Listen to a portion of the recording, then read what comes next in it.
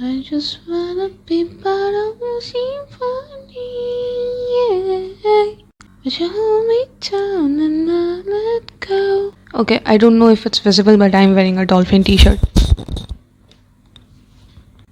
Very symphony coded. Hi. So me and my family recently went on a spontaneous trip to Digha, Kolkata, and a little bit of Orissa. My father decided to just spontaneously book the plane tickets one evening, and he was like, "Yeah, we're going on a little trip." So that's just how the plan came into being. Thank you, Papa. We had to go to the airport by 6 because we had a flight at 7 a.m.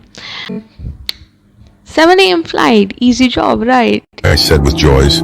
Yeah, we live very far away from the airport, so we had to basically wake up at 4 a.m. and then leave the house by 5 a.m. and it did not have a good impact on me. I woke up at 4, and no matter how much I decided to record something, I just was not able to process anything. So this was just me with swollen eyes trying my best. Good morning. And I feel so smart. Okay, back to the point. So even the night before the trip, I was not able to understand what was happening. It was not real to me. I'm not ready for this trip. Mentally, physically, nothing. But we're still going to do it. Yay! I just tried to vocalize it and understand what was happening. That yeah, I'm going on a trip finally after months. But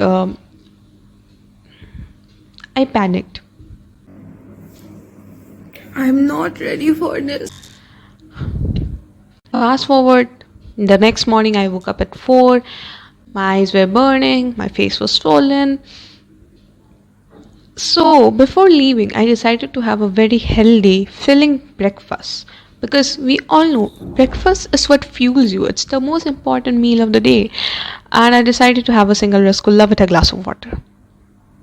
And I have proof. This is what I had. And I finished it. Obviously, we need to finish our meals. We were rushing, we were late. We were not actually late, it was just our anxiety telling us we were late as usual. So I forgot to brush my hair, but thankfully, due to straight hair genes, no one knew that I did not brush my hair.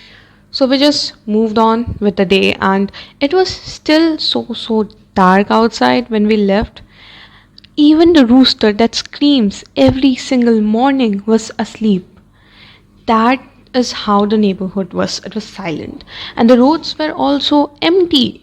The roads were literally empty. There was a little, like a grandma on a wheelchair being pushed by someone. Like, it was a very iconic moment. I don't know why. The empty main road, this huge road, a tiny grandma in a tiny wheelchair pushed by her caretaker, and she is like just enjoying the morning, the fine morning at 5:15 a.m. I think that's what happens when you're old, you just don't sleep. So we moved forward, we had a good meal, and I saw some questionable ducks right in middle of the road, which I do not feel comfortable discussing. I don't know why. Then after having the parathas, we went to the airport. We got our passes, did all the security checking stuff, which makes me feel like a terrorist. Like, I don't know why. I feel completely violated with that entire scenario. So when we were reaching the waiting area, I was on the escalator, I was trying to record, and I tripped. But I tried to ignore it as much as possible, and we moved on to the seating area where a freaking baby was crying, screaming on the top of his lungs and crying. Like airports and babies just don't go well together. I don't know why. I don't hate babies, but obviously I don't love crying babies, especially.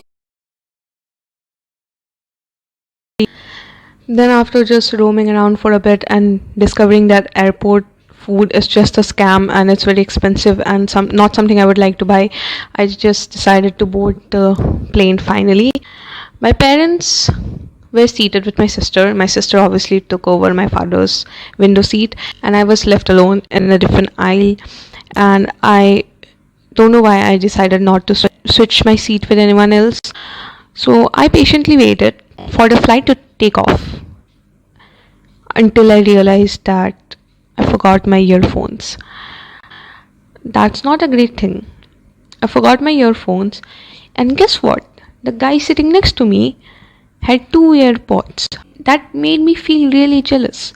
That made me want to punch him, but obviously I can't do anything about that, or I'll be pushed off this flight.